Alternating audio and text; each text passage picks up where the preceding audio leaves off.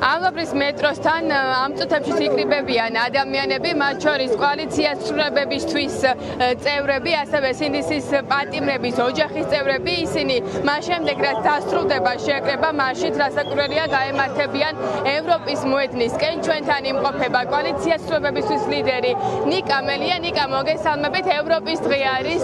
დღეს ევროპის მოედნაზე სიმბოლურად დასრულდება მარში. რატომ არის ასეთი ძვირფასი და განსაკუთრებული დღევანდელი დღე, როდესაც ერი კიდევ ერთხელ გაერთიანდება? ისეთ ალბათ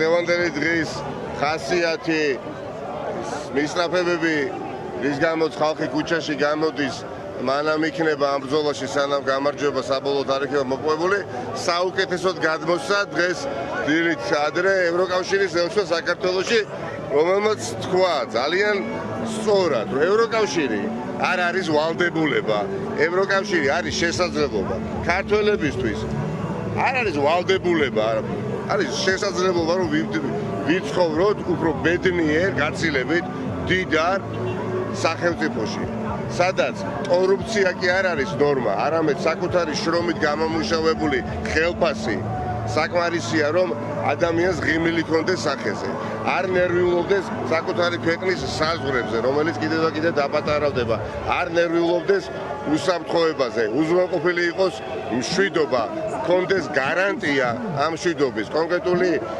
საუკეთესო სოფლიოში დემოკრატიულ ნაწილში მეგობრების იმედად კი არ იყოს, არამედ იმ სწორი უსაფრთხოების სისტემის ნაწილი გახდეს, რომელსაც სხვადასხვა ოჯახები უზრუნველყოფენ და ევროკავშირი ასეთ შემთხვევაში უზრუნველყოფს ყველაფერს, ეკონომიკურ დოვლადსაც, უზრუნველყოფს უსაფრთხოებასაც და უზრუნველყოფს მართლა ბედნიერ მოქალაქეს. ადამიანი რო იბადება, სამშობლოდან რო გამოდის და იზრდება, მშობლების ერთადერთი ვინც არ უნდა იყოს, ვინც არ უნდა ყველაზე გზააცდენილი მშობელიც კი თავის დროზე, ხო?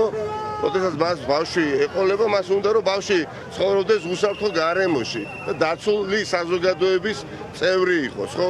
აი ასეთი ცხოვრება მხოლოდ შესაძლებელი არის არა რუსული იმპერიის წუმპეში, არამედ განვითარებული სოფლიოს ნაწილი. არავის ახირება არ არის რაღაცა კონკრეტული საგარეო პოლიტიკური ვექტორი, ხო?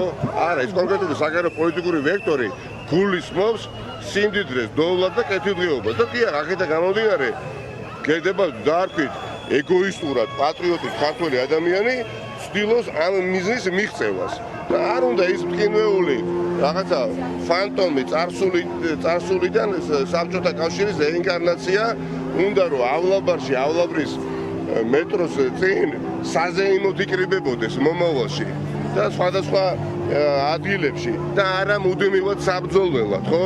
რომ უბრალოდ sabჭოთა სივრციდან გამოაღწიოს და უკან არავინ არ შეგვატრიოს.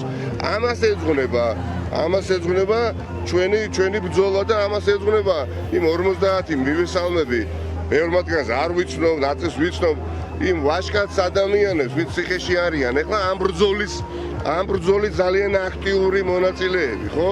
ისეთივე როგორც აქ ხარი ხალხი და ჩვენ ერთმანეთს არ მივატოვებთ. ჩვენ აგვიგზალა ისტორიამ დამარცხება. ჩვენ ჩამოთვლილი გვაქვს ერთი უფლება.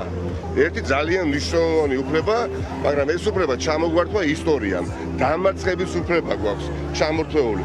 ჩვენ შეგვიძლია და აუცილებლად ვიცხოვრეთ ბედნიერ სახელმწიფოში, ღირსეულ სახელმწიფოში და ამ უფლებებისთვის ბრძოლის უფლებას ვერავინ ვერ წაგვართმევს და სანამ ვართ წინააღმდეგობაში ეს ქვეყანა არავინ არ დაიჯეროს რომ გახდება ბელორუსი. ვერავითარ შემთხვევაში და რუსია წინააღმდეგობაში სანამ ვართ, სანამ ბრძოლაში ვართ, სანამ თქვენ არსებობთ, სანამ აი ესეთი ვაჟკაცი ადამიანები და როგორიც აქ არიან, იმიტომ რომ არ ეწყინებათ ბიჭებს და მოვკითხვა მათ, ციხეში ჯდომა ურთულესია, მაგრამ იმის მოლოდინი რომ მიზნის მიღწევის გზაზე შეიძლება შენ ციხეში აღმოჩნდე, ხო, კიდევ უფრო მძიმე არის, მაგრამ ძალიან ვაჟკაცურად ამ გამოწვევას ყველა თავის თავზე იღებს და შევდივართ შეგდებულ ბრძოლაში გამარჯვებამდე. დიდი მადლობა. დიდი მადლობა ნიკა მელიას უსმენდით.